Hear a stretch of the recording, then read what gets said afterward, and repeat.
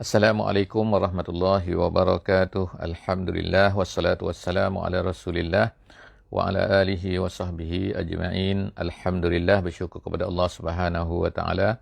Pada pagi ini kita bersama-sama lagi dalam sesi tadabbur harian, setiap hari satu muka surat insya-Allah.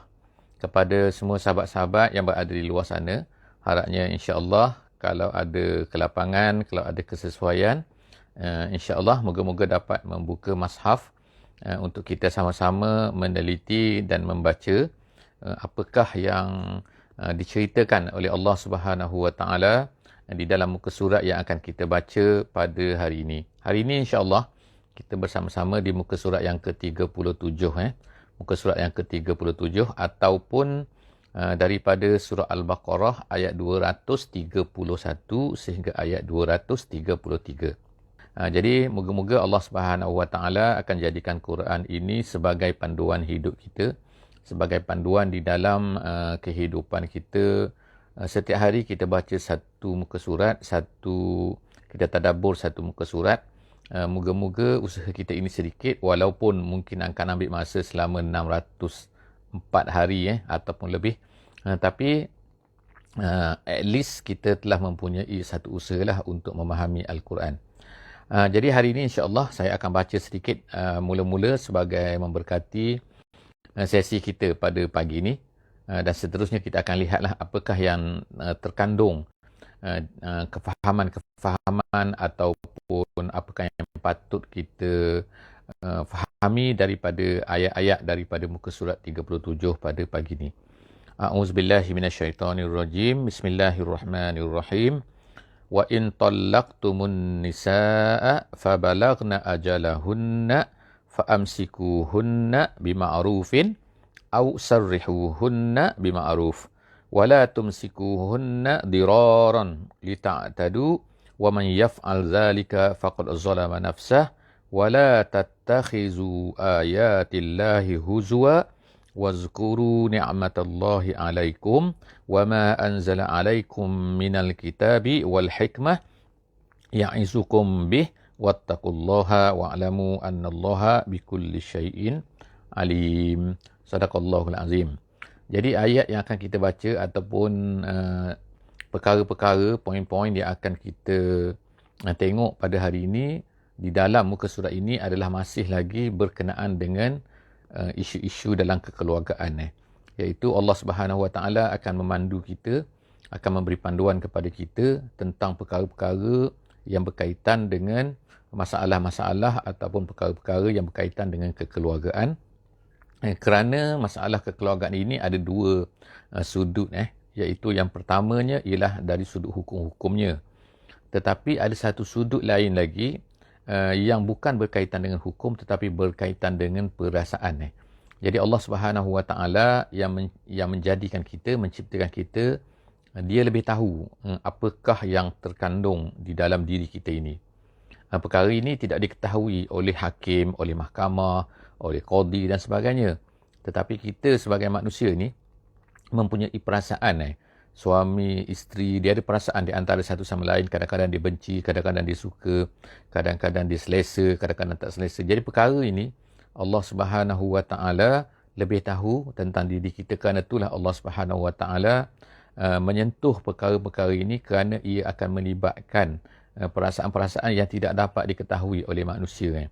Walaupun manusia ini membuat kajian psikologi dan sebagainya, tetapi manusia hanya mengetahui perkara-perkara luaran ataupun hanya melalui ujian-ujian berdasarkan kepada pengalaman. Tetapi Allah Subhanahu Wa Taala yang mencipta manusia ni, dia lebih tahu apakah yang dikandung oleh hati manusia. Oleh kerana itulah banyak kita lihat hukum-hukum yang berkaitan di sini adalah berkaitan dengan kadang-kadang hukum luaran, tetapi kadang-kadang juga adalah berkaitan dengan perasaan yang Allah Subhanahu Wa Taala nak pandu kita.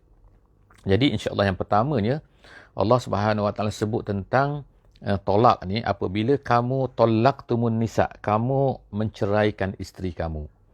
Jadi Allah Taala kata, maka fabalagna ajalahunna, lalu sampailah ajalahunna, iaitu tempohnya. Jadi di sini fabalagna ajalahunna, sampai tempoh. Tetapi sebenarnya maksud dalam ayat ni ialah bukan sampai tempoh, tapi hampir-hampir sampai kepada tempohnya. Iaitu hampir sampai kepada tempoh eddahnya. Jadi perempuan tu, seorang perempuan apabila diceraikan, dia mempunyai eddah. Jadi eddah ni kita dah baca sebelum daripada ni, dalam sesi sebelum ni, 3 bulan ke, ataupun 3 kali suci ke, ataupun melahirkan. Jadi apabila telah sampai menghampiri tempoh masa tersebut, maka Allah Subhanahu Wa Taala kata fa'amsikuhunna bima'rufin. Fa'amsikuhunna iaitu Allah Taala kata maka rojoklah dia. Maknanya rojoklah perempuan tu. Maka Allah Taala beri kebenaran kepada kita, kepada lelaki tu untuk merojok kembali.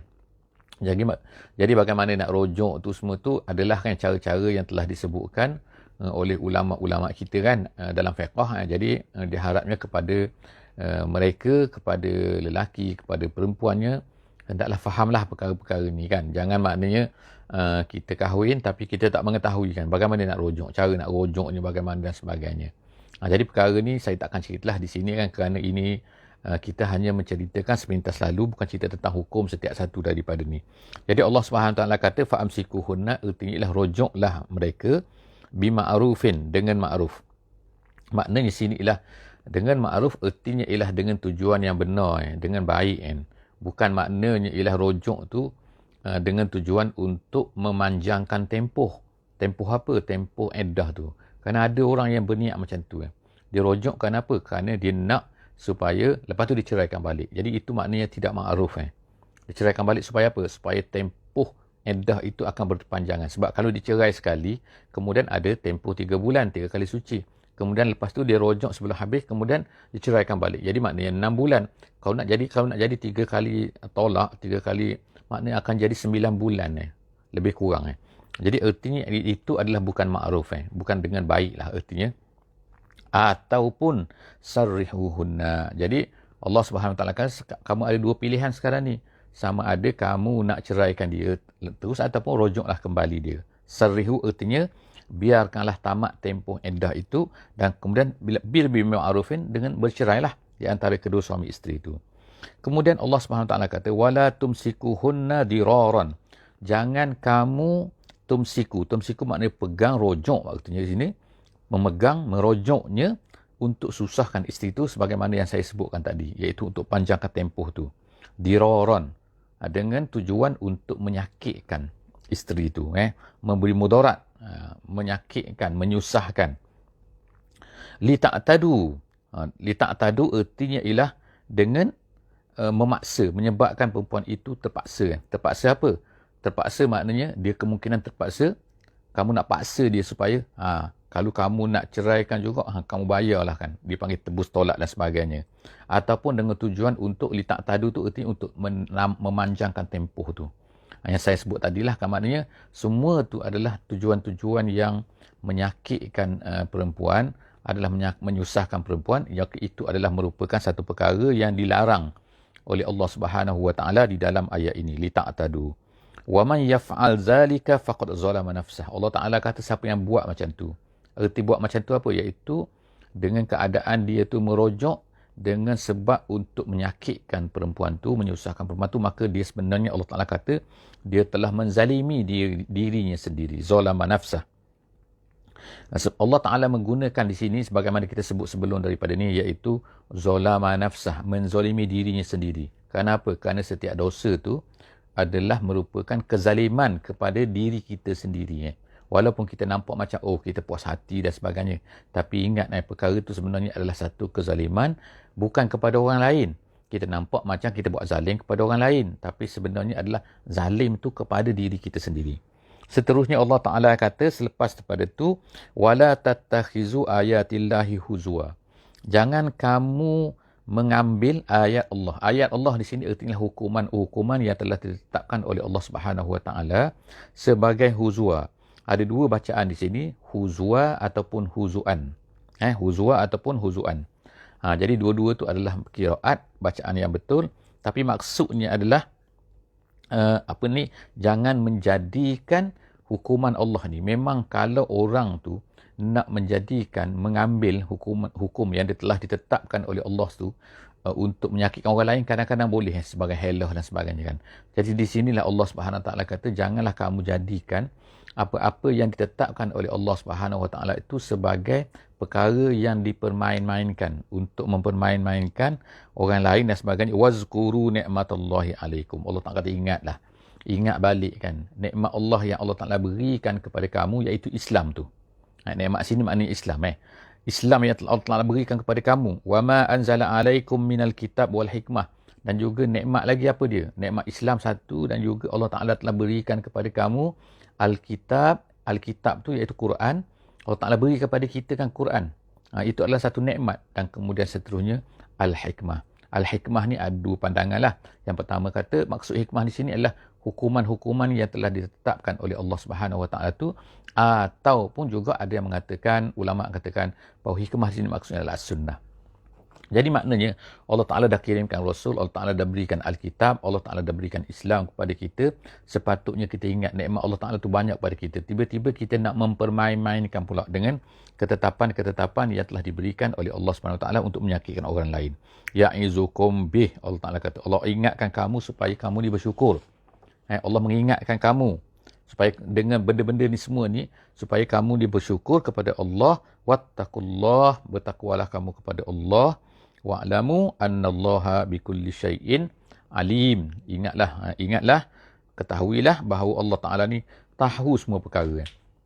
Maknanya, kalau kamu buat macam-macam mana pun, kamu nak menyakitkan orang ke dan sebagainya, maka semua tu adalah merupakan satu perkara yang kamu jangan ingat kamu ni boleh menyembunyikan daripada pengetahuan Allah Subhanahu Wa Taala. Allah tahu semua kan, perasaan kamu, hati kamu dan sebagainya. Seterusnya, itu adalah ayat 231.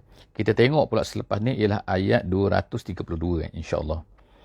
Iaitu Allah Ta'ala sebutkan pula di sini, iaitu satu sebenarnya ayat 232 ni dia berkaitan dengan satu peristiwa yang disebutkan dalam sebuah hadis yang diriwayatkan oleh Al-Hakim, oleh Bukhari, Muslim dan lain-lain, iaitu tentang satu peristiwa di mana sebab nuzul iaitu ada seorang lelaki di zaman Nabi, seorang sahabat bernama Ma'qil. Ma'qil bin Yasar namanya. Dia ni menjadi wali kepada adiknya ataupun kakaknya lah, ukht disebut sini. Jadi dia kita katakan adiknya lah, adik perempuan dia. Jadi dia menjadi wali, kemudian tiba-tiba dia telah mengahwinkan adik perempuannya tu. Tiba-tiba adik perempuan ini telah diceraikan oleh suami dia tu. Jadi setelah diceraikan, tiba-tiba adik perempuan setelah dah habis daripada iddah ni semua, tiba-tiba suami tadi ni, bekas suami nak kahwin semula. Dan adiknya juga adalah memang nak kahwin semula dengan suami, bekas suami dia tadi. Jadi maknanya bekas suami tu nak kahwin dan kemudian adik perempuannya pun nak kahwin balik. Maknanya suka sama sukalah, berdua tu nak kembali. Jadi bila macam tu, Ma'qil ni dia tak nak kahwinkan. Dia kata dah lah dulu aku kahwinkan. Macam tu lah lebih kurang cerita dia. Aku dah kahwinkan, tiba-tiba kau nak ceraikan, tiba-tiba sekarang nak kahwin pula. Jadi aku tak nak kahwinkan. Jadi oleh kerana peristiwa ni maka turunlah ayat ni. Jadi ayat ni dia kata apa?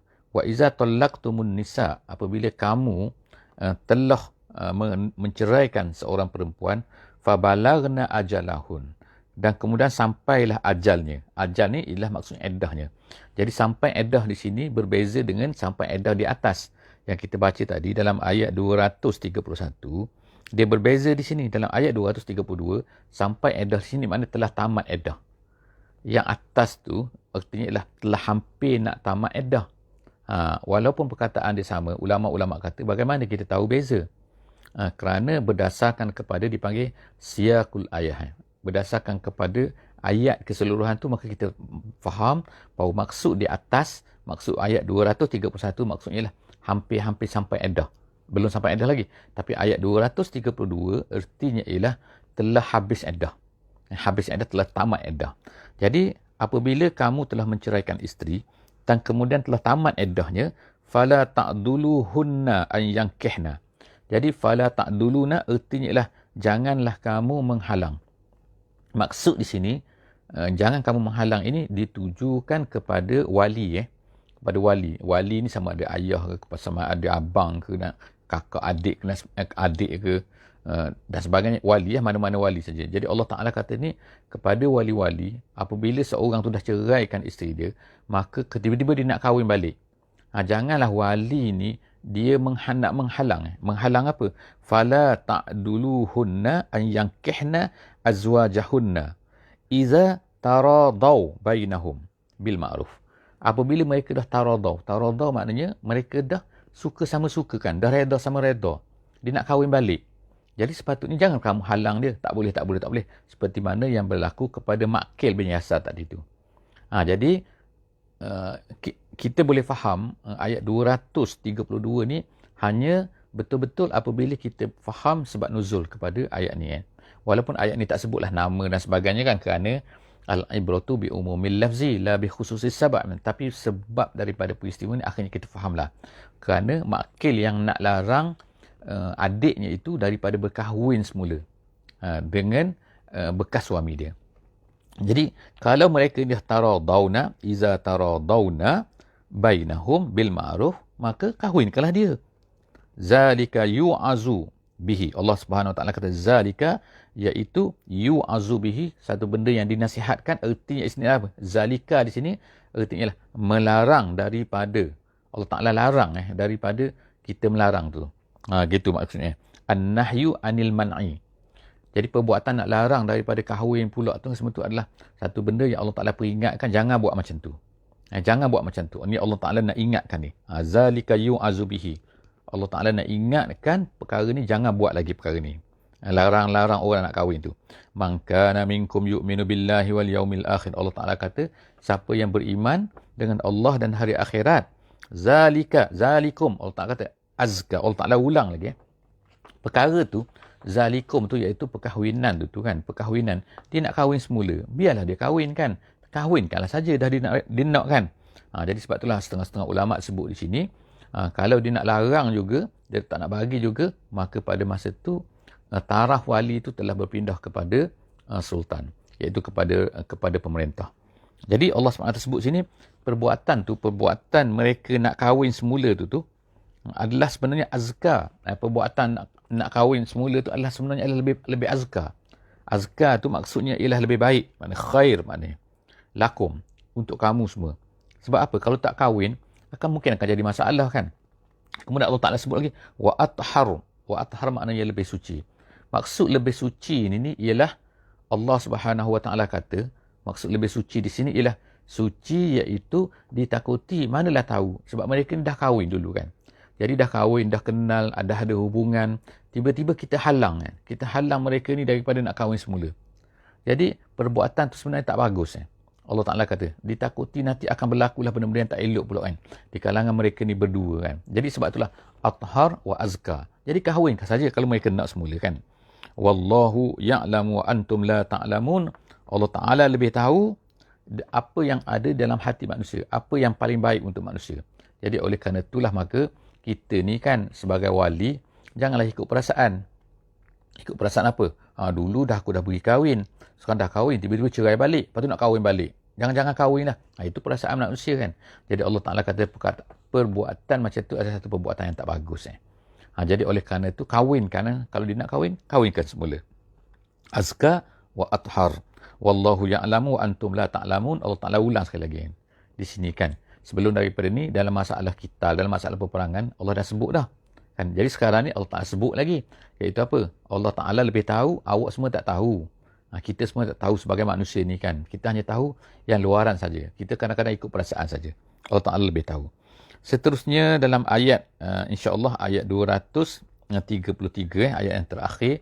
Tapi agak panjang sikit di dalam di dalam muka surat ni dan tentang ni, iaitu sekarang ini ialah berkenaan dengan penyusuan anak. Kes menyusu sama ada diceraikan, sama ada tak diceraikan ke. Tapi kalau seorang perempuan itu contohnya lah diceraikan, jadi tiba-tiba dia ada anak yang sedang masih menyusu kan. Jadi Allah Ta'ala sebutlah di sini kan, bagaimanakah cara nak mendengar, cara nak menyusu, siapa yang kena bayar kan, dan sebagainya. InsyaAllah kita akan tengok di sini kan. Allah SWT sebut sini, wal walidatu yurdi'na auladahunna haulaini kamilain. Wal walidat sini ialah artinya adalah ibu, Allah Ta'ala kata yurdi'na menyusukan. Dan ibu-ibu menyusukan. Jadi di sini dalam bahasa Arabnya dia adalah khabar, dia menceritakan, nak memberitahu ibu-ibu menyusukan anak-anaknya. Tetapi ulama-ulama kata sini bukan maksudnya khabar-khabar, maknanya nak memberitahu saja ibu-ibu akan menyusukan anak, bukan. Tapi dia sebenarnya lebih liyurdi'na gitu. Liyurdi'na artinya lah ibu-ibu hendaklah, iaitu suruhan sebenarnya dalam ayat ni. Ibu-ibu hendaklah menyusukan anak-anaknya, auladahunna, anak-anaknya, haulaini 2 tahun, kamilaini sempurna.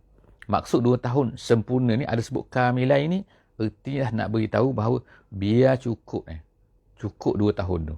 Jangan maknanya setahun 9 bulan ke, itu maknanya haulaini tapi tak cukup. Tapi dia mestilah cukup, iaitu 24 bulan lah. Artinya kan haulaini kamilaini. Okey, itu yang pertama. Tapi suruhan di sini, adakah suruhan wajib ataupun suruhan sunat? Suruhan di sini sebagaimana yang disebutkan oleh ulama adalah iaitu nak ceritakan pasal baik, iaitu yang terbaik. Bukannya maknanya satu benda yang wajib. Sebab disebutkan lagi dalam ayat-ayat di bawah ni ialah tak mengapa kalaulah tak cukup tu. Jadi secara langsungnya ulama-ulama memberitahu bahawa mengatakan bahawa ini menunjukkan bahawa yang terbaik, bukannya makna wajib. Walaupun ada ulama-ulama yang mengatakan macam tu. Jadi yang terbaiknya ialah 2 tahun penuh. Kemudian liman arada an yutimmar radha'ah. Jadi Allah Taala kata bagi orang-orang yang nak menyempurnakan. Jadi daripada sinilah ulama kata bahawa bahawa yang itu yang terbaik bagi orang yang nak. Jadi ada ulama pula yang mengatakan bahawa tak boleh menyusukan anak lebih daripada 2 tahun berdasarkan kepada liman arada an yutimmar radha'ah. Itu pandangan-pandangan ulama lah kan. Tapi ada pandangan kata tak mengapa. Nak lebih pun daripada 2 tahun tak mengapa. Tapi ada kata tak boleh. Tapi Allah Subhanahu Wa Taala sebutkan kat sini ialah maknanya yang cantiknya ialah 2 tahun. 2 tahun cukup dan kemudian selepas tu berhentilah. Liman arada an yutimma, maknanya tammar radha'ah, sempurnanya radha'ah itu ialah dengan 2 tahun. Kemudian seterusnya wa 'alal maulid, itu habis satu perkara iaitu cerita masalah 2 tahun tempohnya, dan kemudian seterusnya Allah Ta'ala ceritakan pula selepas daripada tu wa 'alal mauludi lahu. Wa 'alal mauludi lahu artinya ialah ayah, ke atas ayah. Maulud lahu tu artinya ayah. Jadi ayah ni apakah kerja dia? Apakah tugas dia? Apakah tanggungjawab dia? Rizquhunna wa kiswatuhunna. Dia hendaklah, ayah ni mestilah memberi rezeki. Memberi rezeki artinya ialah memberi nafkah kepada perempuan tu. Perempuan tu sama ada dia ni bercerai ke, sama ada tak bercerai ke, maka dia mesti memberi nafkah, wa kiswatuhunna, dan memberi pakaian. Jadi mana ada 2 tanggungjawab suamilah kepada isteri dia yang sedang menyusukan anak tu. Iaitu apa? Iaitu mesti makna selama 2 tahun tu maka dia kena buat benda ni. Iaitu kena memberi nafkah dan juga memberi pakaian. Wa kiswatuhunna, kepada perempuan tu, kepada isteri. Bil ma'ruf artinya ialah sekadar ikut kemampuan dia. Maknanya kalau suami tu kaya mungkin lain pula, suami tu miskin lain pula. Iaitu bil ma'ruf. Maknanya tak adalah satu standard yang tertentu ke. Maknanya kalau gini tak adalah kan. Kalau orang negeri ni macam ni, kalau orang bank tak kan. Tapi dia ada makna bil ma'ruf, mengikut yang sepadan lah dengannya. Kemudian la tukallafu nafsun illa wus'aha. Allah Ta'ala kata, dan tidaklah dibebankan seseorang itu melainkan ikut kemampuannya. Maknanya sini apa? Janganlah seorang perempuan tu, isteri tu yang diceraikan, dia paksa suami dia kan nak beri lebih-lebih dan sebagainya luar daripada kemampuannya, ataupun dia kata ni tak cukup, itu tak boleh. La tukallafu nafsun illa wus'aha. Itu kata jalan lain. Dia kata tidak boleh seorang perempuan itu memaksa suaminya untuk memberi lebih-lebih kan, ataupun mahal-mahal ataupun sekadar ya. Jadi dia kata ikut sekadar yang kemampuan suami sudah kan. Lepas tu la tudarra walidatun bi waladiha, Allah Taala kata. Dan kemudian tu la tudarra, iaitu apa? Dalam ayat ni maksudnya ialah Allah Taala sebut iaitu seorang suami pula kan, la tudarra walidatun bi waladiha. Seorang suami tu tidak boleh menyakitkan isteri itu dengan beberapa perkara. Jadi ulama sebut sini la tudar ni memberi mudarat, artinya la tudarra walidatun biwaladiha wala mauludun lahu biwaladihi. Jadi dalam ayat ni dia simpulkan, ulama simpulkan ada 3 perkara. Ada 3 perkara yang tak boleh di sini. Yang pertamanya, suami ni tak boleh paksa isteri untuk menyusukan anak. Maknanya kalau katakan isteri tu tak nak menyusukan anak, maka pada ketika itu suami tak boleh paksa isteri, tak, awak juga kena menyusukan anak ni. Bahkan tanggungjawab suami kena cari orang yang akan memberi susu kepada anak dia ni kan. Jadi itu yang pertama lah. Itu yang pertama. Kecuali ulama-ulama sebut, kecualilah kalau anak tu memang tak nak menyusu kecuali dengan orang lain. Dia nak dengan mak tu juga. Itu yang pertama. Yang keduanya pula, kalaulah perempuan tu, ibu tu nak menyusukan anak tu, maknanya dia kata dia nak juga menyusu anak ni. Suami tak boleh larang pada ketika tu. Jadi perkara pertama ialah suami tak boleh paksa isteri untuk menyusukan anak. Itu nombor satu. Yang kedua, kalaulah perempuan tu pula, kalau isteri tu nak menyusukan anak dia tu, maka suami tak boleh halang. Jadi itu nombor dua. Yang ketiganya pula, isteri tidak boleh meletakkan harga yang tinggi untuk menyusu ni. Aku beri menyusukan anak ni kan, jadi kau kena bayar harga macam ni. Jadi tak boleh. Tapi ulama-ulama kata dia hanya kena membayar dengan harga misil. Harga misil ni harga standard lah. Harga biasanya orang bayar berapa kalau menyusukan anak ni. Jadi itu 3 perkara yang ulama ambil daripada perkataan yang kita baca tadi tu, iaitu apa? La tudarra walidatun biwaladiha wala mauludun lahu biwaladih. Maknanya anak tu, seorang ibu tu, seorang suami tak boleh memaksa isterinya atau bekas suami isteri dia untuk memaksa menyakiti isteri dia tu kerana disebabkan oleh anak tu. Dan juga begitu juga, isteri tak boleh memaksa ataupun mengenakan satu harga yang tinggi ke atas suami dia. Iaitu kan, wala tu kan, la mauludun lahu biwaladi. Jadi Allah SWT tersebut sini, semua ni kan, sama ada ibu ke, sama ada anak ke, semua tu digunakan ialah ibunya, anaknya. Jadi maknanya dikaitkan dengan anak tu. Nak menunjukkan apa? Itu ulama kata untuk istiqtaf. Iaitu apa? Untuk menunjukkan bahawa sebenarnya anak kamu ni, ini anak kamu bersama kan. Maknanya ini bukan anak orang lain. Ini anak kamu, ini anak lelaki ni, ini anak kepada suami, ini anak kepada ibu kan. Kenapa kamu ni kan sampai nak marah-marah, sampai nak bergaduh, sampai nak... Jadi kesian kepada anak ni kan, supaya rasa kasih sayang kepada anak. Sebab tu Allah Ta'ala gunakan perkataan mauludun lah biwaladihi walidatun biwaladiha. Seterusnya habis ke situ, kemudian seterusnya masuk pula wa alal warisi mislu zalik. Wa alal warisi mislu zalik, dan kalau ikut terjemahannya maksudnya ialah dan begitu juga ke atas waris perkara yang sama. Maksud dia macam tu kan. Jadi apa maksud dia? Itu terjemahan dia. Dan ke atas waris perkara yang sama. Iaitu ulama' sini ada 2 pendapat lah. Pendapat yang pertama yang masyhurnya ialah begini. Dia kata iaitu kalaulah katakan ayah tu mati. Ayah tu mati kan. Jadi budak ni masih kecil. Bila budak ni masih kecil, ayah tu mati, maka automatik budak ni akan dapat pusaka daripada ayah dia tu. Jadi maknanya ni, maka bolehlah orang yang menjaga pusaka ni mengambil duit daripada budak ni untuk membayar harga untuk menyusukannya anak tu, anak damik tu, anak kecil tu. Jadi anak kecil tu dia ada harta kerana peninggalan ayah dia, maka harta dia tu, orang yang menjaga pewarisan tu menjaga harta budak ni, maka dia boleh ambil harta budak ni untuk membayar harga penyusuan dia tu. Itu satu pendapat lah. Satu pendapat lagi kata, kalaulah bagaimana? Kalau budak ni, ayah ni memang tak tinggalkan apa-apa. Tak ada harta. Maknanya budak ni, jadi ke atas warisnya iaitu orang-orang yang lain ini. Iaitu orang-orang yang lain. Selain ayah dia dah meninggal, jadi maknanya seperti bapa saudaranya lah, mestilah membayar kepada perempuan tadi tu, bekas isteri tadi tu, bayaran penyusuan anak ni sehingga sampai kepada 2 tahun. Jadi itulah 2 pendapat. Jadi itu maksud wa alal warisi mislu zalik.